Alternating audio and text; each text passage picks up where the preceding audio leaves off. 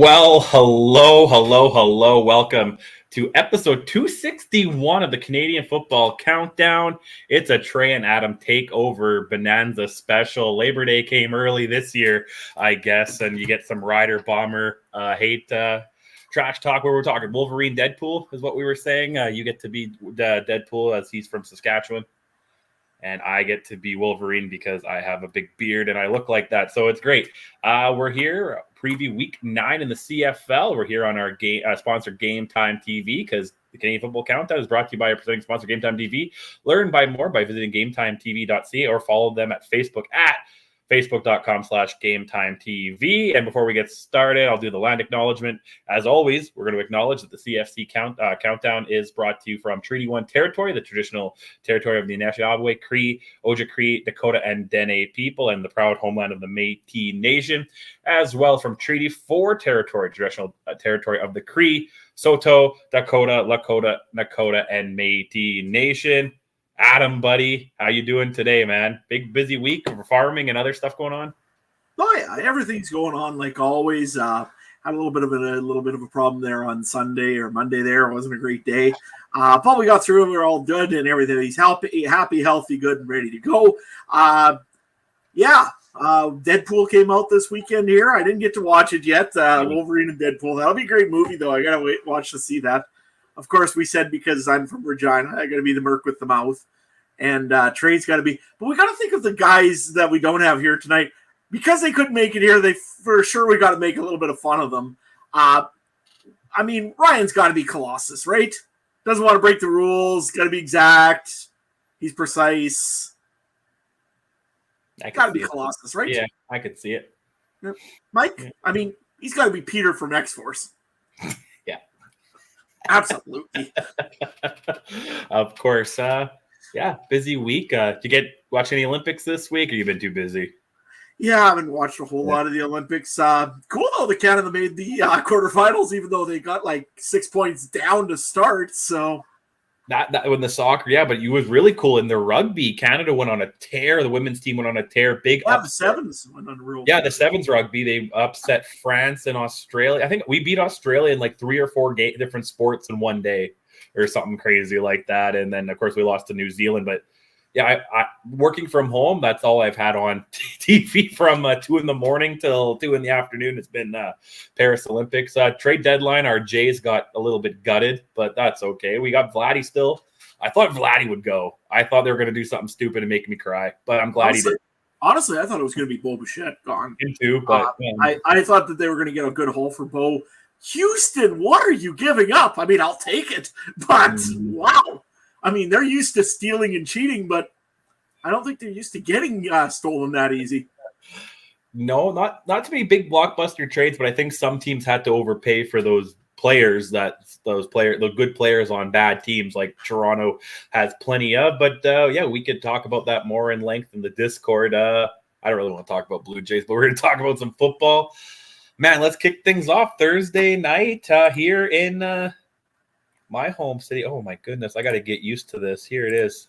There it is. BC comes in as the home or on the road underdog.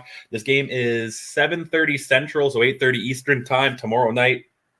BC against Winnipeg. Man, we're really going off ab living here. We don't have anything written down, nothing pre-recorded right now.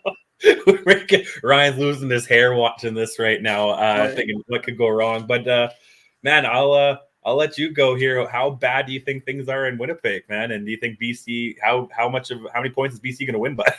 Well, BC fans, it's one thing. They're getting some more players back this week. Of course, they're getting their main receiver back in Keon Hatcher, who I don't know why, but he's going to take over Justin McInnes' spot, even though Justin McInnes is having a career year.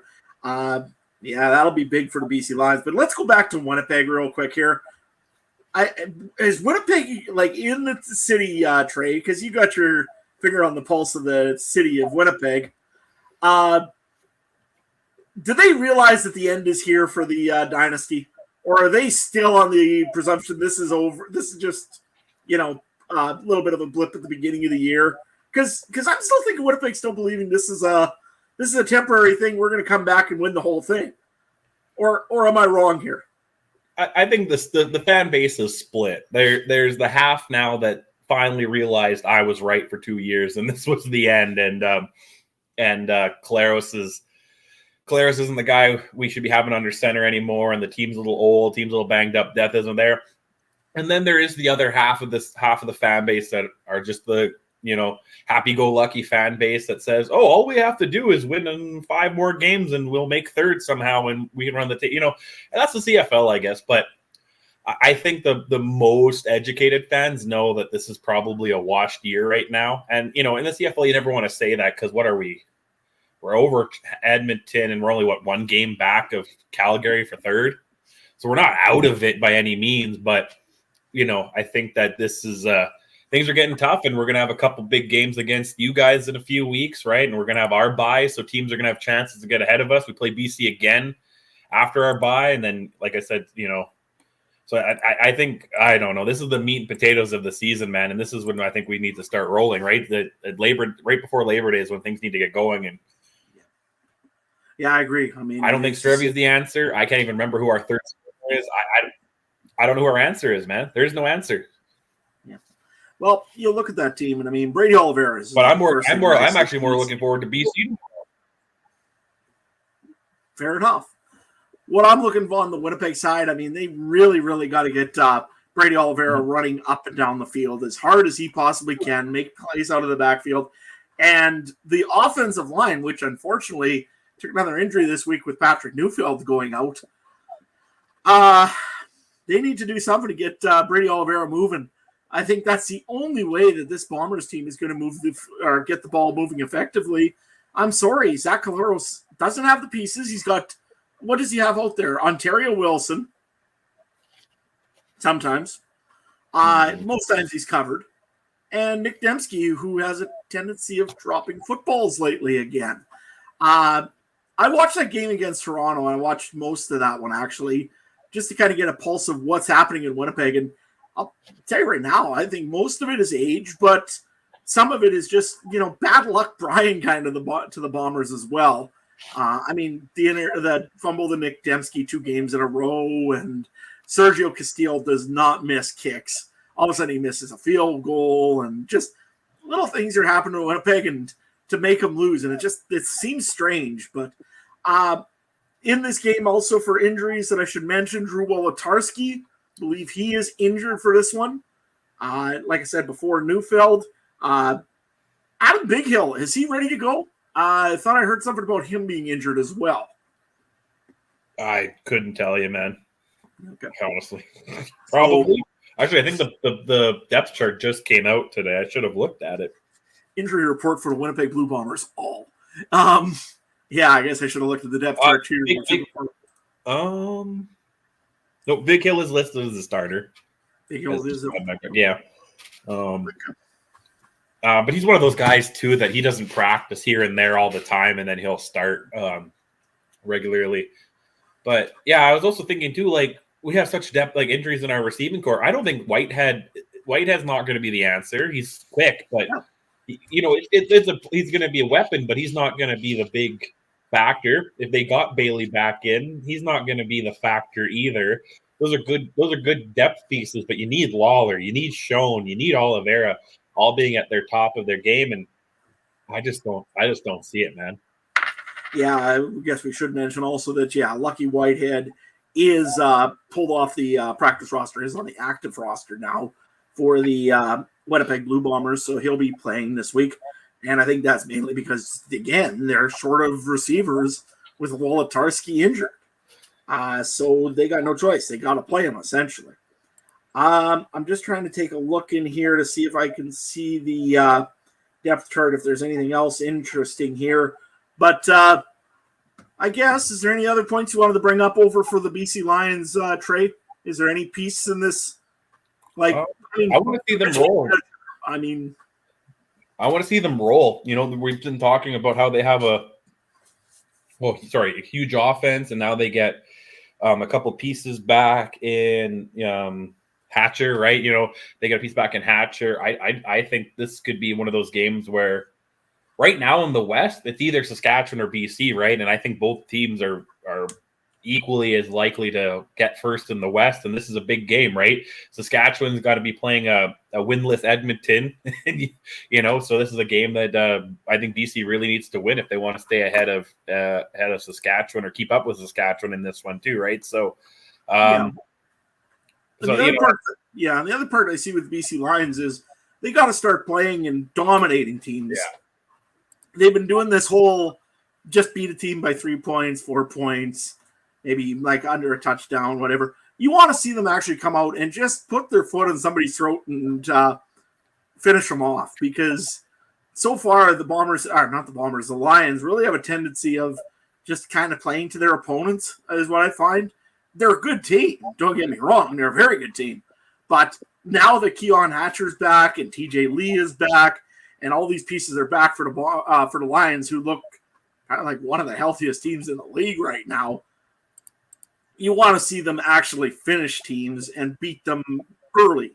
You'd like to probably give Vernon Adams a little bit of time on the off field, just so you can put Jake Dolegala, the West Division All-Star, in there. Yeah, so I agree. Anything else, or we want to get into fantasy, or let's stop right in? I think we may as well get right into fantasy. I mean, this game here is pretty straightforward. Bombers have to come out and play and really get Oliveira started, and BC should really put their foot in their throat if they can. No, I agree, and that's why if I was, we don't have the awesome Ryan tactics of normal, so we're just going to throw. But I can totally see doing, if you have the money, do the 2 or 3 piece stack like Ryan always talks. Get Adams in there with Hatcher or McInnes if it fits, because the Bombers' defense is, like I always say, holier than Swiss cheese and the Pope combined, right? So I think there's going to be a lot of big plays. I think there could be a lot of yards picked up through the air. BC isn't a team that overly runs it too much, even though Winnipeg could give up if anyone's going to run, it's going to be Vernon Adams, right? We have terrible pressure against the quarterback and a guy who can scramble. But for sure in this one, I'm looking at Vernon Adams. Is there anyone else you like in this one?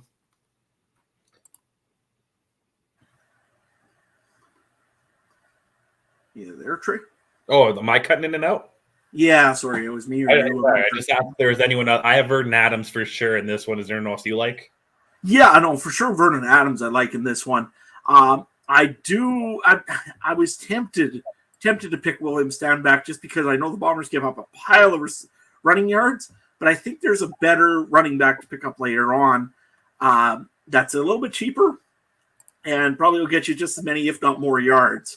And unfortunately, somebody took him in our private fantasy league for $0 because he was being such a tactician. Anyways, we'll talk about him later. But the terrible twosome that they had right now, it was Alexander Hollins and Justin McInnes. Now all of a sudden you got a third guy in there with Keon Hatcher in there. Keon Hatcher is going to take over, like I said before, the spot that Justin McInnes has been playing all season. That seems to be a hot spot for Vernon Adams Jr.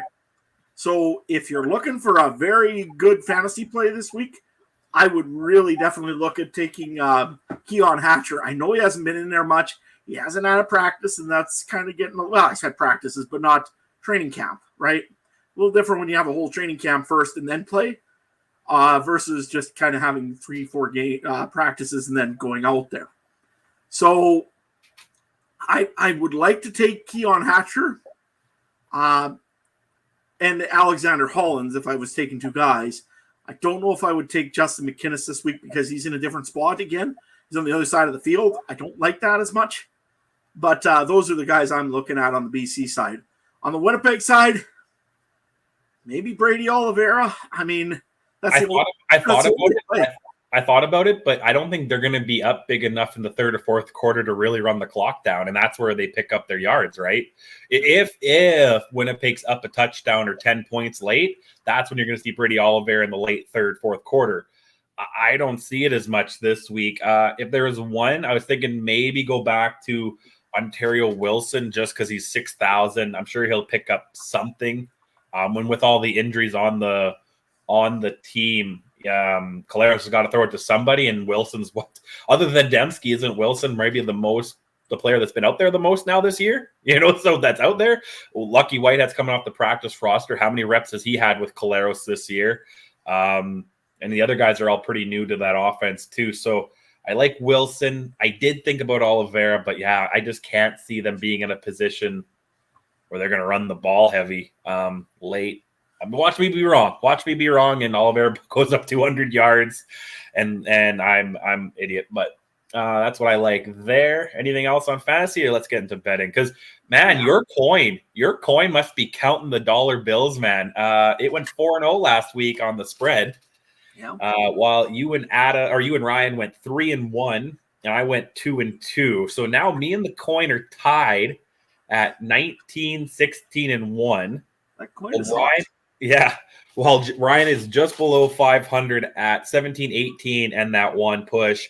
And you are 16, 19, and 1. I typoed there.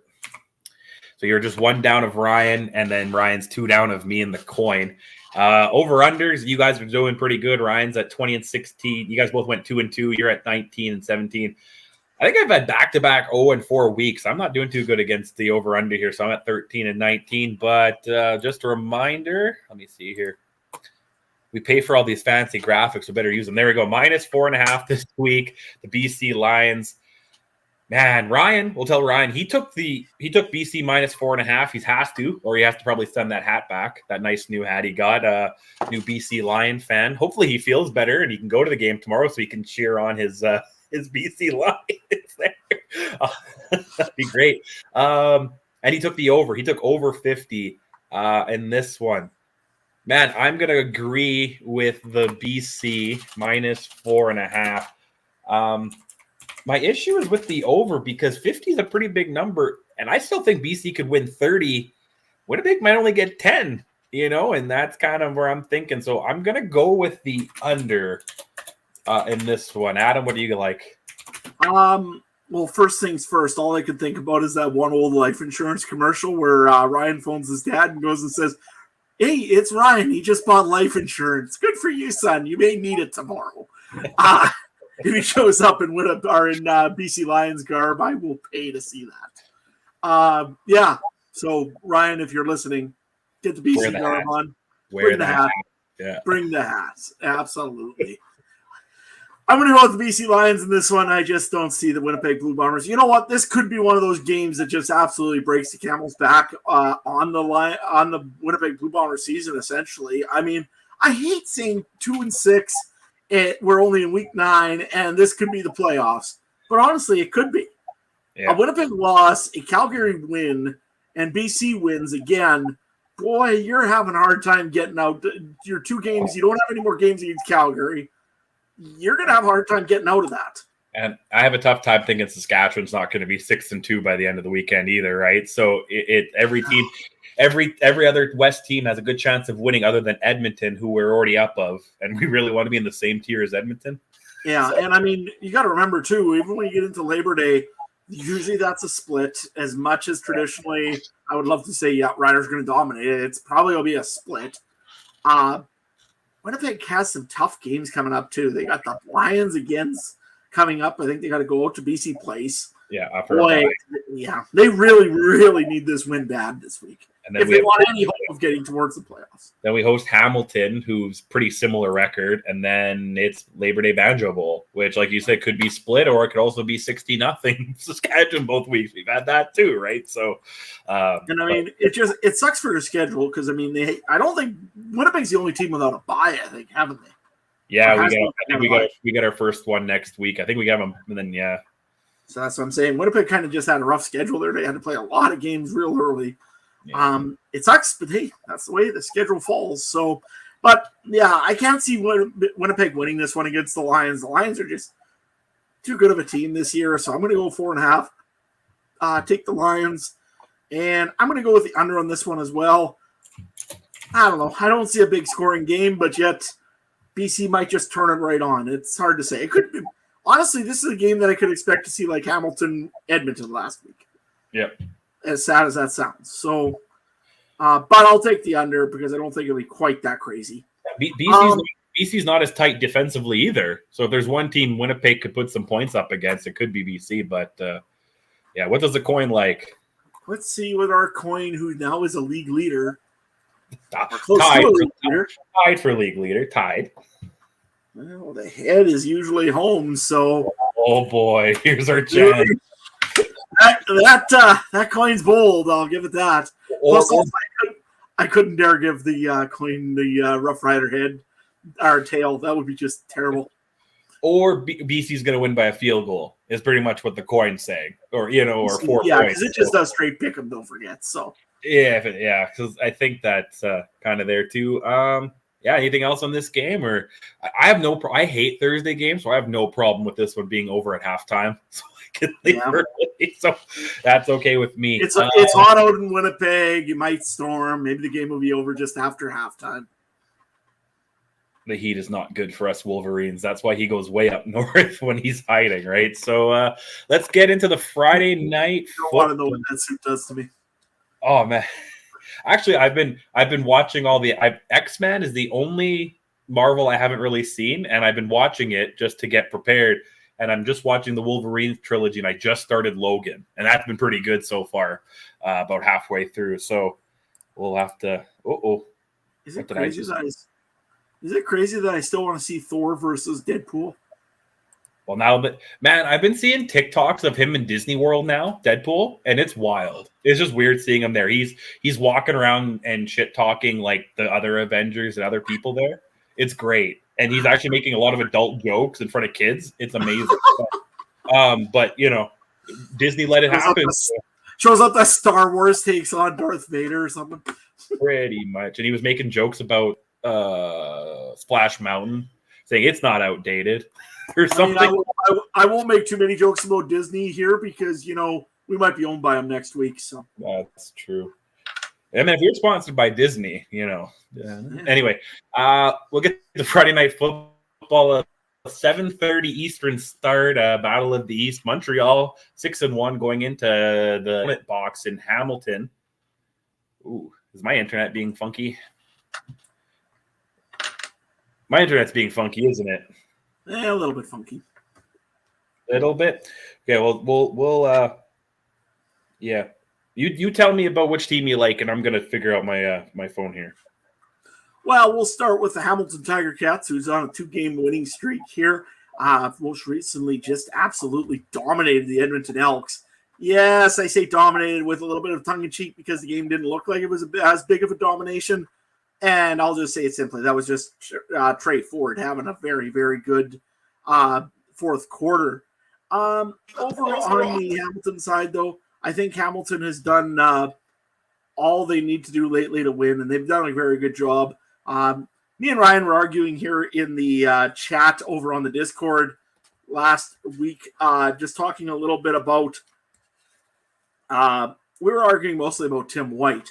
I say Tim White's back. I think he's starting to get some touchdowns, starting to get his hands back to him. Seems to be pretty good. Ryan disagrees. He just said, look, he got 27 yards except for 2 touchdowns.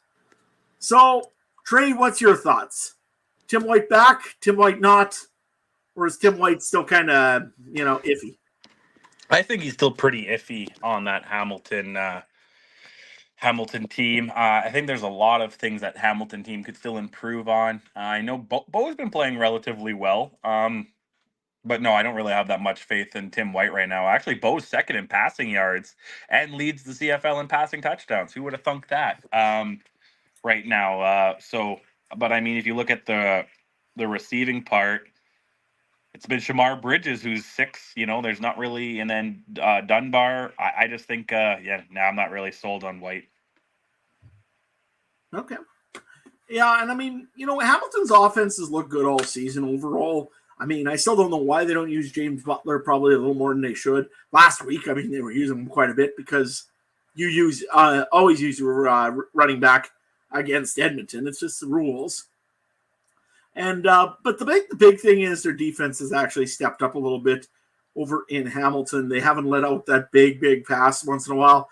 Teams have to beat them a little bit lower down, like in the first tier, second tier, trying to make a man miss. which is maybe up Hamilton's forte. They haven't been beaten deep much lately, like they were maybe against Saskatchewan. I think got them a couple times. Yeah, Montreal got them the first game. I think that these guys played, if they did, or Ottawa. I'm not sure which one it was. Maybe Ottawa. But nevertheless, Hamilton's defense has looked a little bit better. But they're going to have all they want with a Montreal offense that, well, we don't know who it has for quarterback right now, do we, Trey? Do we? Is it up for debate? I don't know. I don't know. Is it? Maybe. Kind of. I don't know. I guess so. I mean, again, Drew Brown is third in the league in passing yards. Now, a fair bit down from Vernon Adams and Bo Levi, but I mean, he is up there. I think it's just the touchdowns that he hasn't been getting. He's farther down in that category. But no, I'm honestly... Oh, you said Montreal. Sorry, maybe you said Montreal. Is it Fajardo? I thought Fajardo was starting. Well, here's the thing. Fajardo's off the 6-game injured list. Right. He went into practice. He was limited in practice. I mean, they are going to play Caleb Evans. I don't think that's an option anymore. They took him off. I would think it would be Alexander that would, was it Davis Alexander is his name? Okay. I think would be the guy that would be the starter for the Owls if it isn't Evans or Fajardo. And I don't know what it is. To me, this sounds like when Fajardo got injured in Saskatchewan and he was worried somebody else was going to come in and take his thunder. I'm going to have to be back in now. It just reeks of that again here. What's your thoughts? Is Fajardo ready to go this weekend, or? I don't know. Why would they take him off if he wasn't? Like, is it really a game that we need to be playing mind games against a team that's 4 wins less than you this early in the season? Like, I don't know. Maybe if it was playoffs or near the end of the year, maybe play the mind games. But I think if they're going to take him off and have his salary back on the books, why not play him? No, I agree. If they're going to play him, then they're going to take him off the books, and they Fajardo must have convinced somebody that he's ready to go, because otherwise you can't see them possibly doing this. Also, the league would probably have a few words with him about, is he ready to go? We're going to be watching, so, But nevertheless, Montreal. Did you happen to listen in on the call-in show on Monday? Ryan and Mike talk a little bit about the Alouettes' third-string quarterback there, Alexander? No, do they do their show in the morning? I think it was just the 4:30. Oh, was it 4:30? Oh, okay, because I thought it popped up real early in the morning, and I'm like, I'm not listening to this. Yeah. Nevertheless, if you guys get a chance, yeah, make sure you head over to our Discord page. Check out the drive show. Ryan and Mike usually put that one on. I'm not sure, maybe because Ryan was sick this week. Maybe they didn't host it, or maybe. But nevertheless, yep. Yeah, but, I don't watch it because it's in the morning and I have to listen to you guys talk every week. But you guys should watch it because you like our show. Fair enough. If you want more pure football instead of nonsense like us, I mean, probably wouldn't be a bad turn-in. Anyways, what else do you want to talk about in this game here? What's the keys? I think Montreal's just got to get back to their winning form, even if it is Caleb Evans in under center or Cody Fajardo. Yeah, they got the win against Saskatchewan last week, but it was a lot closer than should have been. And then the week, so right before the bye, they kind of got a 3-touchdown loss to Toronto, right? So I want to see them get back to there. We're talking about BC, putting together a game. I want to see Montreal do it as well against a team that they should be significantly better than, but it is the CFL. 2-5 Hamilton could easily beat Montreal any day, but either way, I think they got to try to find a way, because if Fajardo isn't playing, it must be another week or two before he's back. So it's Evans' team, but if Fajardo's that he better be 100%. And because again, if Fajardo plays and they lose to Hamilton, I'm going to have a lot of questions about why is he playing if he's not 100%. That's a big division game to lose, So you consider this one a trap game? Let me see here. Give me 1 second. I'll tell you in a minute. Or less than a minute. I'm going to say no. because Hamilton is 1-1 against the division and 1-2 at home, even though home field doesn't matter. Uh, they haven't been showing quite as much at home. And Montreal is actually 3-0 on the road. Their one loss came at home, so they seem to have been doing a little bit better away from Molson Stadium, and they're 2-1 against the division. So I definitely like Montreal in this one. Yeah, no, for sure. I think their defense is way better. I think their offense has some great weapons in it. As long as whoever's in quarterback can hit them, I think they'll be pretty good, Montreal. I don't think I'd worry about the Hamilton Tiger Cats. Fantasy-wise, let's head into that. What are you looking at for fantasy this week with the Ticats or the Alouettes? I got to go back with my boy Philpott. I kind of stepped away from him with the bye, obviously, and with Fajardo being out. But I think that it's time. Montreal's defense hasn't overly impressed me, so I think there'll be a few holes. And even with Caleb Evans, he still put up 15.8 points last week. So, I mean, it's not completely a huge downfall. It's not 36 or that he put against Winnipeg week 1, but he's definitely up there. Honestly, that's kind of the only thing I'm looking at because I'm not too sold on much on Hamilton. Maybe Shamar Bridges if you want a couple value plays. Bo again, but I would definitely lean towards Vernon Adams Jr. with how BC's been and Ryan's keys to success. But yeah, who do you like? Maybe Montreal's defense. It would be a good one too. Yeah, I like the defense of the Alouettes. They've got a good chance against Hamilton. I don't like Hamilton's defense in this one, although they are one of the cheaper defenses in the league. And most times I always say take your cheap defenses. Depends what kind of money you got left over. Right now I've got a different defense in mind. But one player that I'm sure is going to get played a lot this week will be Reggie White Jr. of the Alouettes. He put up, 21 points against the Rough Riders last week. Looked really strong. I think he'll be one of those guys that people will be looking because he's only 6.8K on the page. That being said, I usually don't like picking the hot flavors of the week, as I like calling them, just because, most times they don't seem to ever go for 2 games in a row. And if you look at Reggie White Jr.'s averages, I know I'm trying to sound like Ryan here. He had one huge game in week 3 against Ottawa. Then he had a 7.8 point week, a 4.8 point week, a 1.9 point week against lower opponents. And then he played the Saskatchewan Roughriders and got 21 points. So I have a funny feeling he's going to regress again this week. Go with the tried, trusted, and true is what I always think on these. Tyson Philpo has led me through a pile of great games. I think he's going to lead me through another one here. I'm honestly, though, thinking I might take James Butler in this game just because I'm thinking for a running back, he's a pretty good option, and he's going to have to get some good yardage to make this work against the Alouettes. That being said, also, I've looked at Bo Levi again as my quarterback this week. I mean, last week was insane. If you put him as your captain, you got 61 points? It was nuts. So Bo Levi Mitchell wouldn't be a bad option as well. But then I'd have to hear Ryan saying about how he spent $100 and bought the best quarterback in the league and all of that. So I can't stand listening to that after a while. So nevertheless, I don't think I'll probably take him because I think I got a better quarterback in mind. But yeah, that's what I've got for fantasy this week. Trey, anything else for fantasy? No, that's kind of all I got. This is one of those games that, I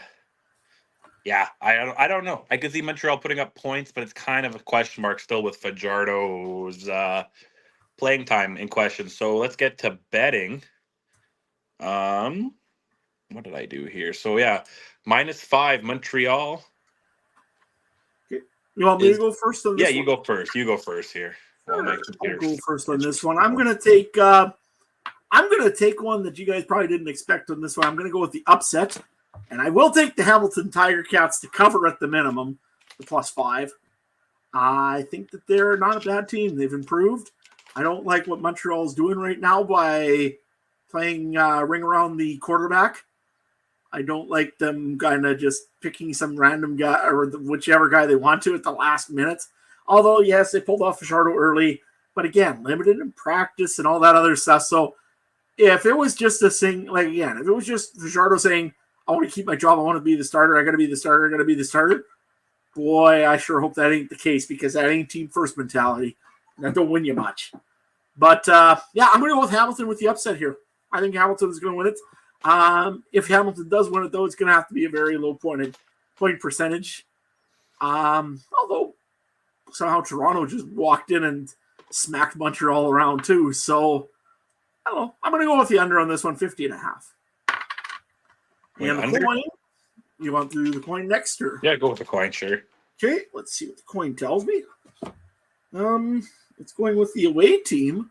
So it's going with the Montreal Alouettes. It doesn't like what I'm picking this week. No, and Ryan has Montreal -5, and he took the over 50.5. He thinks this will be a high-scoring game. And I'm actually going to agree with Ryan on both counts. I think Montreal will still win by 5, and it'll be over the 50.5. Because I think Hamilton will put up some points. Like, don't get me wrong. Again, I think it's kind of like the BC Winnipeg game. It could easily be 30-20, or even 35-25, and either way. But I think Montreal's still a bit better of a team on that. Go to our next game here, Saturday. Actually, I mean, not really. Kind of surprised. There's no games on Monday with the long weekend. I guess there's never usually is on August long. We still keep it the same way, but we're going to Saturday, 7 p.m. Eastern time, Edmonton. Let me change our graphic here. There she is, Edmonton. The first time we have a road underdog of the weekend is Edmonton +5.5 and Saskatchewan -5.5. That all the over and unders are up real high again, 50 in this one. Adam, Saskatchewan's coming off a loss last week, correct, against Montreal. Do you see them bouncing back here? Well, if there's a game they're going to, it's against the Edmonton Elks. I mean, they haven't lost to Edmonton for a very long time. And since, I guess last year when they had a certain quarterback that came in and played the Rough Riders, I think we'll be mentioning him a little bit in a little bit here. But the Riders are a different team than that team last year. Their defense is really, I think, it seriously is one of the best in the league. Maybe their secondary could use still a little bit of improvement. That's D-line and that linebacking core. Even the secondary can force turnovers. They can do whatever they want. They seem to impose their will on quarterbacks, running backs, and receivers. So I really like the Rough Riders' defense. Their offense, we're still missing Keon Schaefer-Baker. He's on the 6-game injured list. AJ Ouellette has not practiced this week. He's had 2 games so far. Has not practiced. I would presume Frankie Hickson will be the one starting for him. Keep that kind of tuned on the Discord channel so for the week, and we'll keep you up to date on that. Receiver-wise, though, Riders are pretty deep. Deshaun Johnson last week looked very good. Keyshawn Johnson, sorry. Looked very good last week. He came in, played good. Would presume he'll be back in this week, depending on exactly what injuries were from last week. But yeah, the Riders are a great team right now. They're playing well. They're playing confident. Yes, they lost that game on kind of a Mickey Mouse. I'm sorry. I know this is an actual call, and it's there for a reason. I'm going to call it what I think it was. It was a Mickey Mouse call against the Riders at the last minute, and it sucks and it's terrible and I hate it, but you know what? I can't help it. It's what it is, so we'll move on. But that being said, I think the Riders are going to have a pretty good week here against the Elks, and then they'll enjoy a corn dog because those will be sold outside because it's exhibition days. I like it, man. Are we talking about that illegal participation or what? Do we have to? I agree with you. I think that is the dumbest penalty. I can understand if a player goes like right into the bench. Yeah, goes, hides in the bench, comes out, and then makes a catch. That's stupid. That one should be called, absolutely. But I think the spirit of the rule is not to go and if the guy takes a half a foot outside takes a step outside and then comes in, he's not making it wider than he has to. But I get it because then you got to go and then it's always an interpretation call by the refs. Well, okay, he was just a half a step out. Next time the guy's a full step out. Well, he was only half a step before. Full step should be okay. Like, where do you draw the line eventually? So I would give him the width of the line. That's what I would do personally. But I mean, what they've done is that you can't touch the line, which is fair.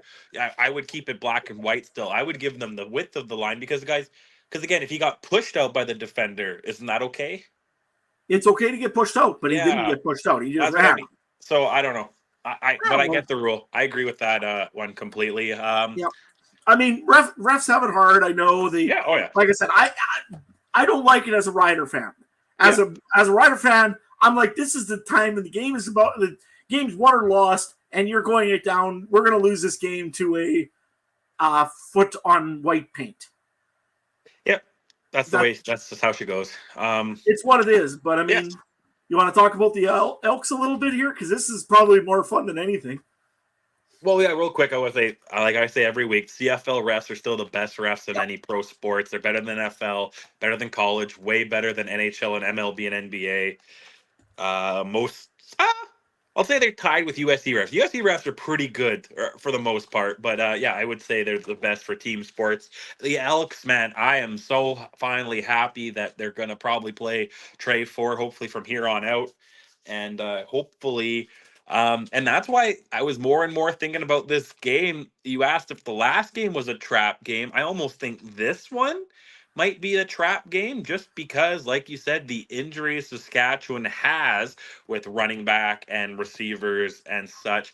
And now Edmonton's getting that jolt in the offense of Trey Ford.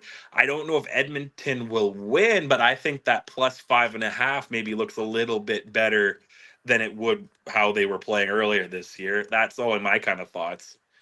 And you know what? Leak's been looking better in the backfield too. You know what I mean? If they give Leak the ball in the backfield over Brown, they're trending the right way for a team that's still winless. But here's my thing: the Elks, before the fourth quarter started, were a terrible football team out there. Did Trey Ford energize the offense? Yes, he did. Did the defense not really care at that point and were mailing it in for the Hamilton Tiger Cats because I don't want to get hurt. I'll just let the guy go by and maybe I'll try to throw a tackle or two. Right? And some of it wasn't that. I know that everybody's out there to make a paycheck and they're out there to work and play and compete. The game is 44-7, 14, whatever it was.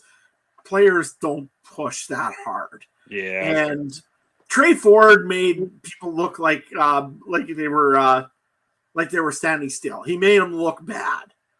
Is Hamilton going to remember that when Hamilton plays Edmonton in a few weeks? I sure hope so because that would be funny. I don't think that defense. Let's put it this way: the Hamilton defense is not the Saskatchewan Rough Rider defense. The Rough Rider defense does not give up yards, does not let a quarterback do much. They force plays. They're the number one in turnover takeaways this year. The Riders are a great defense. The Edmonton Elks are still the same team they were with a different quarterback. Is Trey Ford the be-all, end-all? No. But he's a lot better than I think McCall Bethel-Thompson is right now, who's too busy arguing about injuries and when he has to play versus when he should actually be throwing the football. Right. I like that Trey Ford got Eugene Lewis involved. I like that he got Curly Gittins Jr. involved. It's a different offense, though, when you got Trey Ford in. You're an offensive player that's going to be making your run, but you're also going to be thinking, I got to scramble. Because guaranteed you're going to have to try to get open if Trey Ford it needs to get a ball out. And he has a good success in getting the football out. I like I said, I like Trey Ford. I really do, but Edmonton's defense is still their defense. It's not very good. Their offense is good without their offensive line, but Trey Ford helps out a little bit because he can move. I don't know. To me, like I said, I think it's still the same Elks team. We'll see what happens here. But, yeah, I didn't see much else. There's a couple of injuries and something last week for the Elks. I'm not sure what exactly is all there. I'm sure if you go and ask McCall Bethel-Thompson, he'll tell you who's injured and For how long? No, he took another fine also. Yeah. I mean, I don't know. Is that what a year in the XFL does? Where do you think, or USFL, whatever? Yeah. Anyway, on to fantasy. I'll kick some things off here. I like a couple of things on Saskatchewan side. I like Hickson at 4,000 if he is the starter. That seems to be a steal, and he'll probably get the ball a lot as the starter. Even if Olette, like maybe even if Olette plays a bit, you would think Hickson would be the main guy. If Olette's not 100%, and I like that Saskatchewan defense, even with Trey Ford. He hasn't always been the best at securing the ball, and I definitely like what Saskatchewan does on defense. Is there anything else you like in this game? What I like is you've mentioned one of them was Frankie Hickson. That's a no-brainer. I mean, you always play the running back that's playing Edmonton. No matter if it's Frankie Hickson or AJ Ouellette or whoever it is, always have enough money for the running back that's playing Edmonton. I think that's a very simple one. Good rule to live by, essentially, right now. For quarterbacks, I think I had Vernon Adams. You could possibly look at Trey Ford. Trey Ford gave you a lot of points last week. Out of one quarter, he almost gave you just as much. I think he was the second most productive quarterback last week. And I want to make sure I mention that because Ryan would want me to mention this most productive and second most productive quarterbacks for the week. Trey Ford will give you points.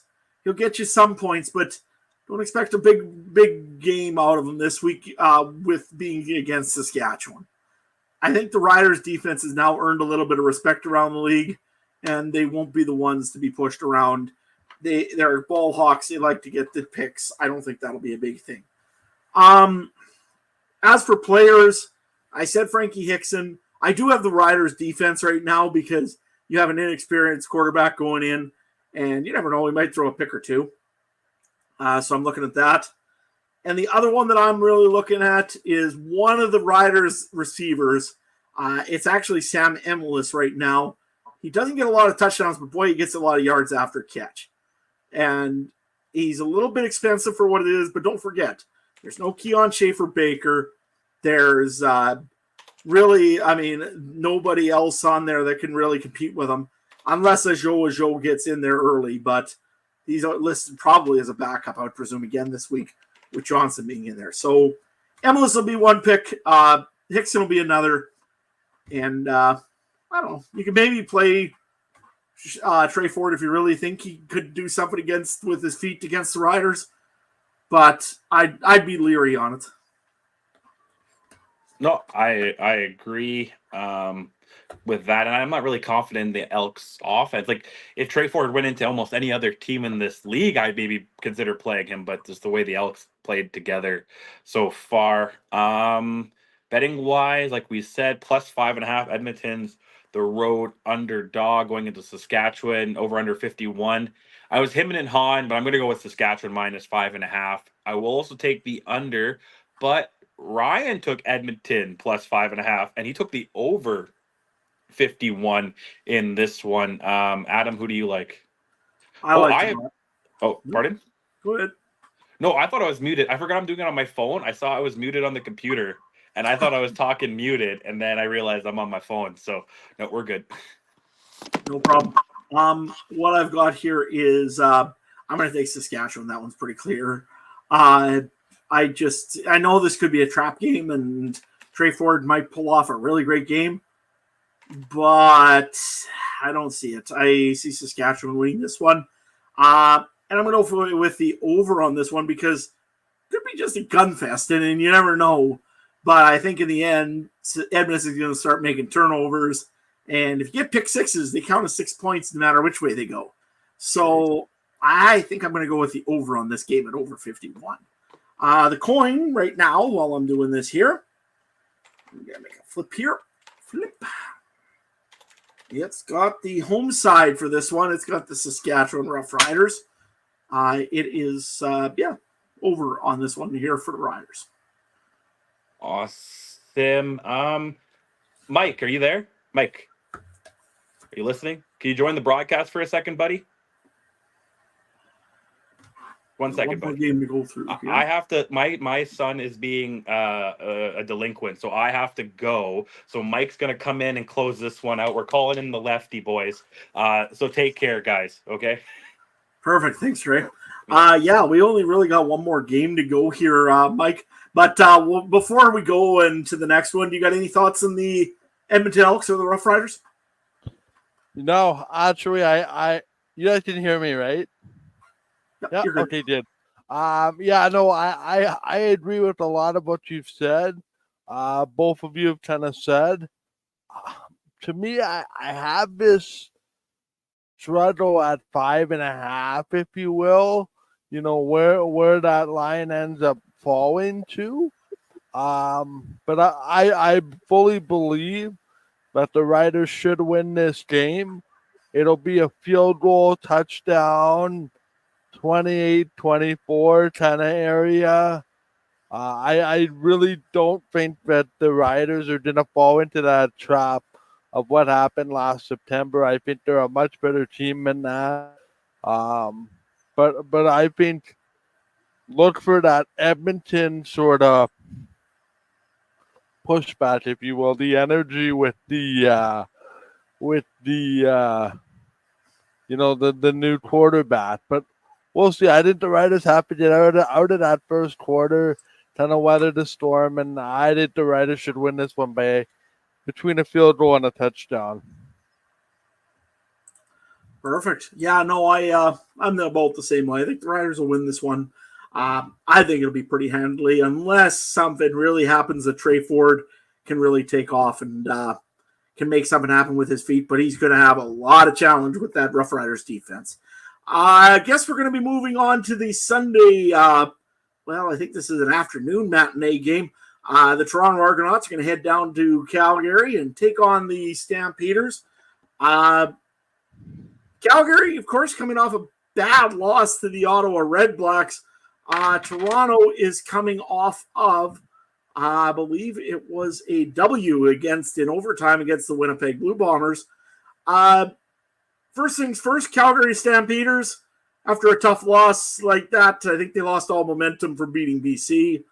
What do you think of these Stampeders? I mean, they seem to have these games where they have these flashes where everything's working right, and then all of a sudden, everything falls down again for the Stampeders, and doom and gloom is back in there. Is this quarterback? Is this coaching? What's going on with the Stamps? I'll say this, Adam. I really feel like I don't know what I'm going to get from Calgary. It's the 1 week they looked so dang busters like they're going to beat the best team in the CFL and the BC Lions. And then they have trouble the week before putting it together against the Bombers. And then it's like, okay, one step, one step, one step, one step, one step, one step.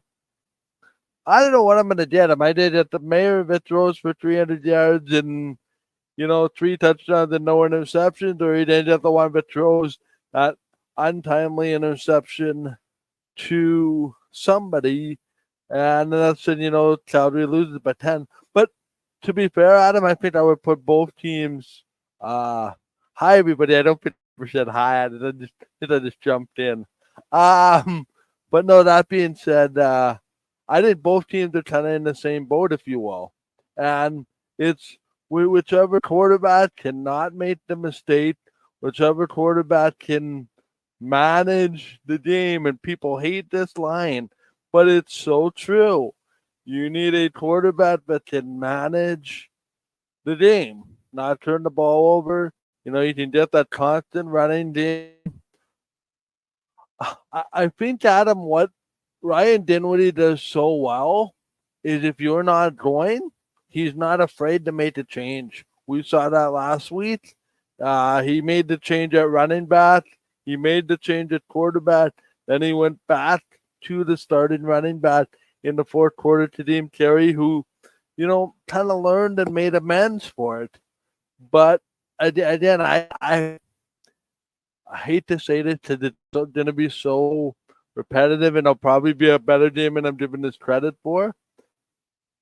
I think it's going to be such a sloppy football game but I think we would be in tough.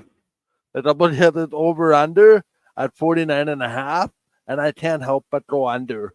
And I think there's going to be a slew of turnovers. I think both teams are going to have trouble generating offense. And I don't know what I'm going to get out of whoever plays quarterback for Toronto. I don't know who I'm going to get, what I'm going to get out of whoever plays for, or what I'm going to get out of Jake Mayer. The one thing I will know, Kadeem Carey wants to make amends because he felt like he got disrespected. Mm-hmm. And I think Kadeem Carey wins this game for the Argos in Calgary. 125 yards, 2 touchdowns, and a 17-13, something like that Argo win. Yeah. Yeah, I agree with you 100% on that. I think Kadeem Carey probably will have a big chip on his shoulder, and he's going to want to show the Stampeders they were wrong by cutting him when they did, and pretty much sending him off to Toronto in free agency. This game here, what I know you did touch on it briefly here, the quarterback battle that's brewing over in Toronto, Cameron Dukes versus Nick Arbuckle. Who do you think you would rather? Who would you be more confident behind right now, Nick Arbuckle or Cameron Dukes?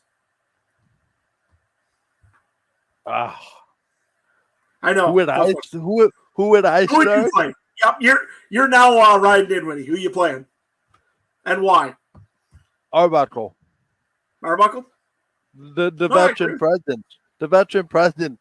Cameron Dukes hasn't shown me anything outside of week 1 and week 2. And Nick Arbuckle, to be frank, is coming into pretty difficult situations and not necessarily won games, but shown that he can be an adequate starter.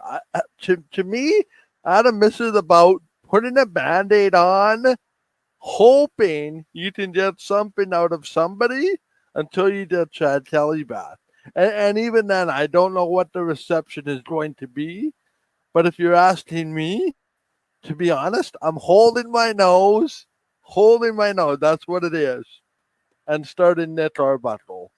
But what do I know? And when is it that we're going to see this third stringer Scott? Like, at what point does he factor into this equation? Because I bet you he can't do much worse than what we've seen in a quarterback productivity driven lead. Like, at some point, the definition of insanity is trying to do the same thing, expecting a different result. Well, so far, clearly, it doesn't seem to matter who's at quarterback unless the other team throws up all over themselves, for lack of a better term.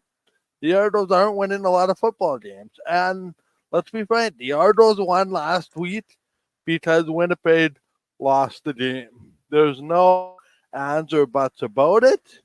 And it's unfortunate, but I did say the Argos were going to find a way to win. I firmly believe that, but it will not be on the back of whoever's at quarterback. Yeah, I agree. I think if they're going to do it, they've been doing it all year with Kadeem Carey. They need to just keep pounding, handing them the ball, letting them pound. Carey's done very well in doing that. Yeah, it'd be interesting if they bring in Brian Scott for the Toronto Argonauts to see if they play him just a little bit here. If they do, I wouldn't be surprised if they do, to be honest, because they did try it in Montreal when I think Montreal was blowing them out. But it was, a good game there by Brian Scott. But again, nothing impressive. But I do like, though, that the CFL has finally forced teams to play 3 quarterbacks on their roster at all times. You're developing young quarterbacks. We seen Alexander the other day in Montreal come off the bench, have a very good game in relief of Caleb Evans. I thought he did very well. I think if all of a sudden somebody got the call in Saskatchewan, if Jack Cohn got the call in Saskatchewan, I think it's a great move. And then you see some of these other teams that are playing 2 quarterbacks, essentially one and a guy for running, essentially, and then the third quarterback is actually your backup. If you look in Calgary, I think that's the case. Jake Mayer has Tommy Stevens behind him. We know Stevens is in there for short yardage. Probably same with Winnipeg to a certain extent.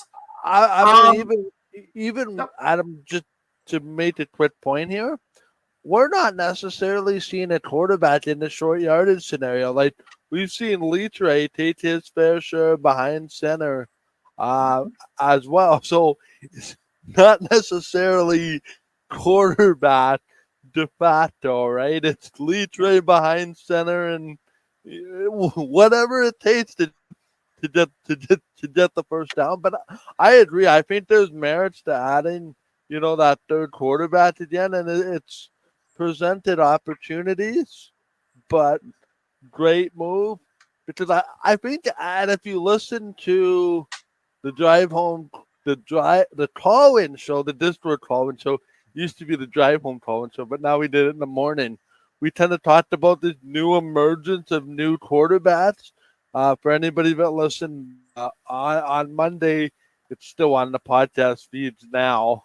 But, just that new emergence, right? Because you got that Colaros, you got the Bo Levi Mitchell, you got the Trevor Harrises, maybe even the Cody Fajardo's getting up there in age, although Fajardo's a little bit younger than the three that I just mentioned. But you need that new generation of quarterbacks, and it's good to see that because I think the NFL, unlike the NFL and unlike any other football leagues, I think it's the most quarterback-driven, quarterback-dependent league in football. Now, could you do it with a backup quarterback in the NFL? Probably, but without at least two decent quarterbacks in the CFL, I don't think you can win a lot of games. And I just found that to be all interesting as far as what you said. Getting that third quarterback into the equation, and it certainly benefited certain teams more than others in the development of quarterbacks. Because I remember, Adam, us having this conversation a year and a half ago, maybe around last year when I went to Nationals. Like, what does the future of quarterbacks look like in the CFL? And there was a lot of questions, and it was all tied to that third string quarterback. Wouldn't you know it? And hey, we see these guys coming out of the woodwork. And listen, I'm so excited for Saskatchewan. I didn't think that their number one quarterback in waiting on the team right now. There's a lot of questions in Saskatchewan about that one, that's for sure. I know I've been saying myself, he hasn't done anything to hurt the team. Hasn't done really a whole lot to gain the team. He's 2-2. It's tough to say how he's going to turn out, but you know what? Honestly, it's been a little bit of a breath of fresh air versus taking continual losses every game and not feeling like there's any optimism in Saskatchewan. And not to stray from what we're talking about, but I think management now feels a bit more vindicated in their decision to move on from Mason Fine. And I think they can say, you know what? Listen to us. We knew what we were doing. And I wonder, too, to tie this to Toronto and Calgary, I wonder if Tommy Stevens is that next guy kind of been waiting that everybody's kind of seeing a little bit of, but we have yet to see the full evolution. And I'm not saying that Matthew Schultz should come in and replace Jake Mayer, but I wonder, given a bit bigger sample size, what a guy like Tommy Stevens can do, what a guy like Cameron Dukes can do. To me, it looks like it's going too fast for him right now. The game needs to find a way to slow down. But anyway, that's my quarterback spiel for today. All in all, good move getting 3 quarterbacks back on the roster. Yep. Let's move into the fantasy side of things here. There's a couple of players actually that I'm looking at in this game here.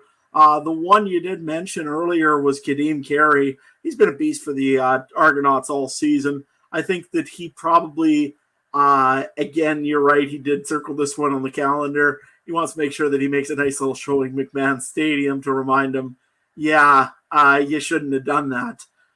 So I've got Kadeem Carey on my list. The only other guy that I've got is Jalen Don't Tall and Tyson Philpo. for the Calgary Stampeders. I think Jalen will probably have a pretty good game here. He didn't have the best showing against BC, but they were looking at him. Jake Mayer does seem to see him out there, and he does have a little bit of a connection with him. Did he get a lot of yards? No, but nothing happened really for Calgary last week. The week before against BC, he had 20 points. Looked really solid out there. I'd give Jalen Philpott, and he's very reasonable also in fantasy, I should add as well. He's only 4,500. If you need a guy that can get you some good points and quick yardage points, I think he's a pretty good character to have on your roster. And we'll see how it works. I'm going to probably put Jalen Philpott on mine. Mike, you got any fantasy picks that you got going? Yeah, one day I've been looking at to try to get on my roster, but I haven't been able to for various reasons. I think his first name is Clark, but Barnes Clark Barnes always seems to make a couple of big catches. I would also look at McMahon, the running back in Toronto. He seems to now. We have to be careful with this one because it depends how many touches he gets. But it seems like whenever he touches the ball, he seems to have this big 30, 35-yard explosion that had the touchdown. Personal preference, I'm staying away from Toronto wide receivers this week just because of the inconsistency of what they're getting at quarterback. But Kadeem Carey to me seems like the smart play. For Calgary, like I said, Clark Barnes. I like your Philpott analogy. I'm not sure I would play Jake Mayer this week, just given some of the options that I think are far more effective. In fact, to be honest, I would actually place Jay Patterson ahead of Jake Mayer at this point. That's just my honest take. Take it for what it's worth. Defensively, don't like either of these two teams because I feel like there's going to be a lot of turnovers in this game, which doesn't really benefit. Maybe it benefits, but I just think it's going to be a mistake-filled football game, and maybe one explosion play from a running backs, as I said already, that's going to decide this one. Yeah, no, I agree. Like I say, I think you got some good running backs in this game. I don't know why I don't really go for Dedrick Mills more than I used to. I used to really like the Calgary running backs, and this year, I don't know why. I'm not excited about them. But nevertheless, let's run over to the betting side of things here real quick. I will let you know here what Trey and what Ryan have so far for us. The over-under is at 5.5 here. For the Stampeders and the Argonauts. 3.5, sorry, in favor of the Calgary Stampeders. They're the home team. Trey has Toronto winning this one. So he's going to take the over the 3.5, and he's going to take the over 49.5 points. Ryan is on the opposite side of things, exactly. He's going to go with the favorite Calgary at 3.5 under, and also under the score total, 49.5. Mike, you want to have a gander at this one? Who's winning? Pardon me, sorry? You want to know, or you want to let us know who you think's winning the Stampeders Argonauts game? Yeah, I think it's going to be Toronto, and I think Kadeem Carey gets himself a game-winning score. I said that earlier. I'm sticking with it. So Toronto by 7 or more. Yeah, I'm going Toronto less than a score. Toronto less than a score. Okay. Yeah. Perfect. So, and then I'm going to flip a coin here, and we'll see what that comes out at. Because that coin is hot. Actually, the coin is beating me, Ryan, and it's tied with Trey for the lead right now, which is pretty hilarious. The coin tells me that it is the Toronto Argonauts winning this game. And I am going to go against everybody because I'm going to go with Calgary Stampeders. I think they're going to want some revenge from last week when they got embarrassed by the Ottawa Red Blacks. They play well at home, and I think they're going to win this one. Yes, Kadeem Carey is going to try to get some big yardage on him, and I think he will get some good yardage, but I just have a feeling it's the Calgary Stampeders, and I'm going to go with the over on the score as well. So with that, whoop. It's interesting because I think the Stamps are also unbeaten at home. Yeah, I believe they are right now. Actually, you're right. So, and I mean, they've won some big games at home too, right? They've beaten the BC Lions. They play well at home. So the stadium might be old and ready to fall down and should be pushed into probably off a cliff, but it's still their home stadium, and they play well inside of McMahon Stadium in downtown Calgary, over at the University of Alberta or of Calgary Field. Mike, of course, you can always follow us on all the social medias, everywhere else where we're looking. And what's going on lately? Because we haven't talked to you for a while. What's going on in Game Time TV? Anything new and exciting? We'll have something exciting. I've had a bit of a what people would call a midlife crisis, but a mid off-season crisis that we're dealing with right now. It hasn't been pretty, but no, I think we'll be okay. Excited to reveal some things in the next couple of weeks as far as new partnerships go, and yeah, hence why I've been away from this show as well. Also, just want to make quick mention while we have it, Ryan and I are taking this week off for the weekly call-in show because of the long weekend, but we appreciate the support and well wishes on the return of that show to 2 weeks. And yeah, that's what's going on for me. You can find me on at Mike that's Mikegerl.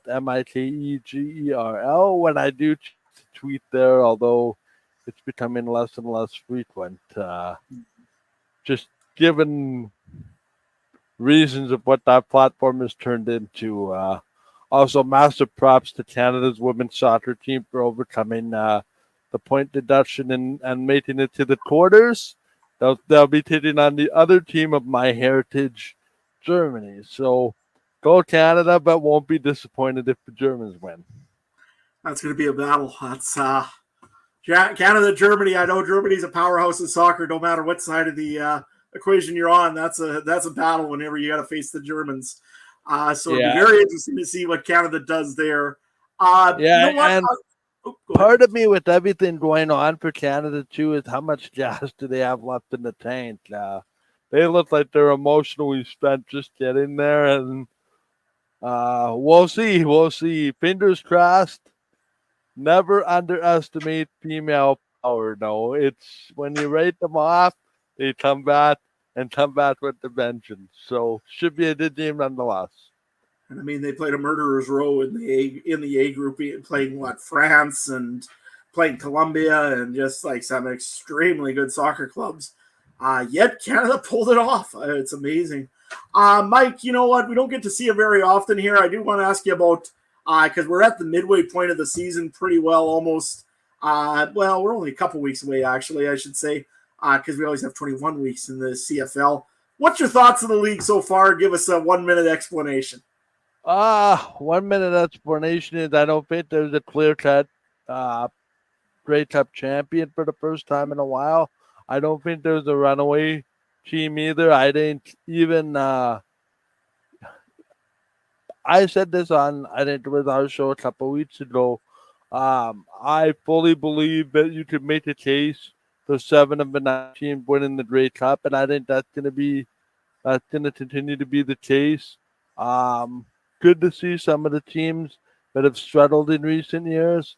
For example, Ottawa, among others, start to find their footing.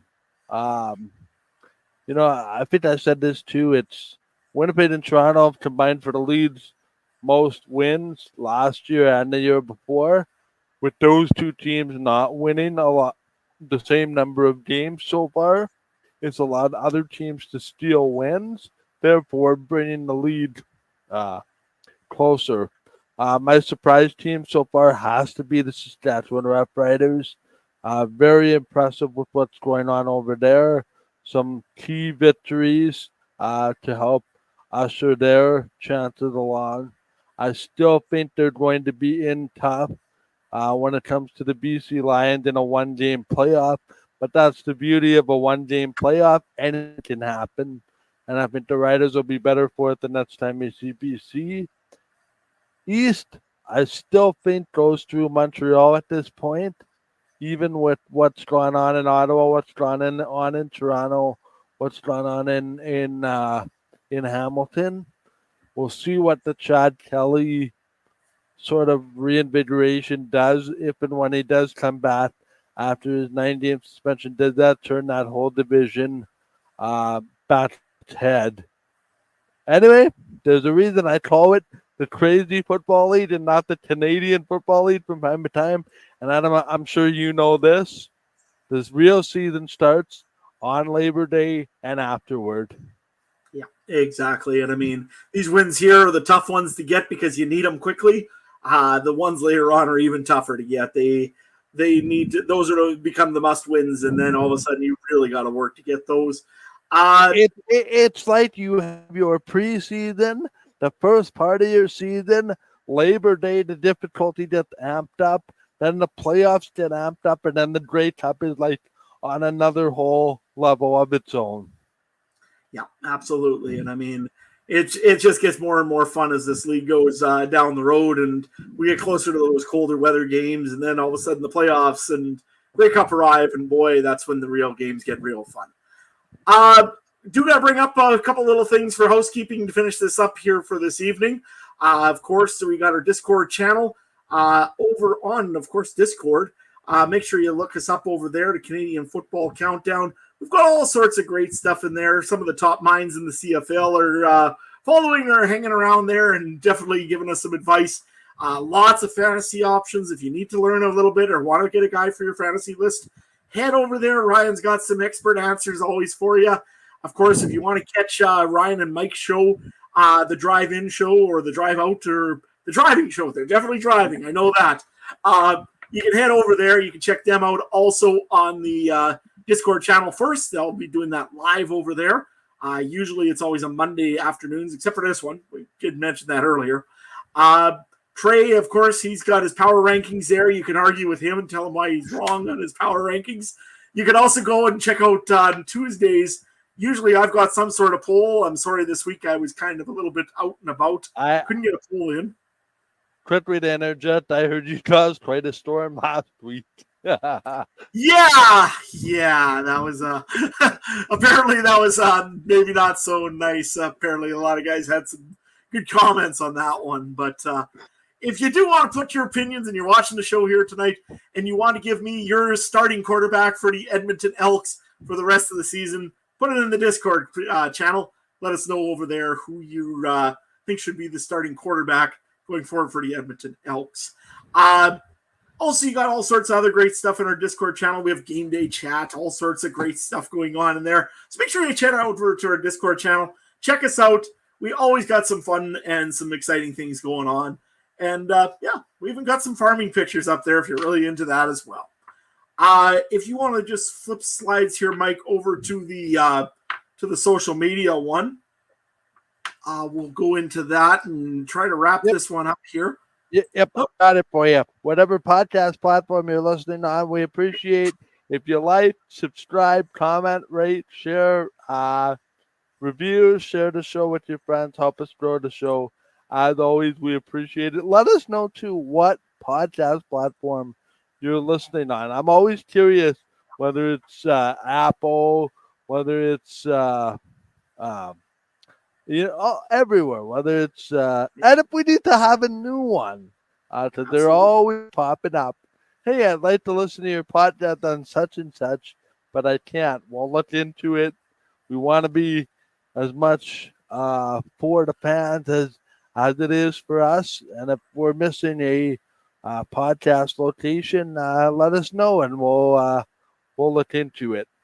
I'll just wrap this one up for Trey Colbert, Adam Stewart, Michael Justin. Thank you so much for watching. We'll be back next week to set up week number 10.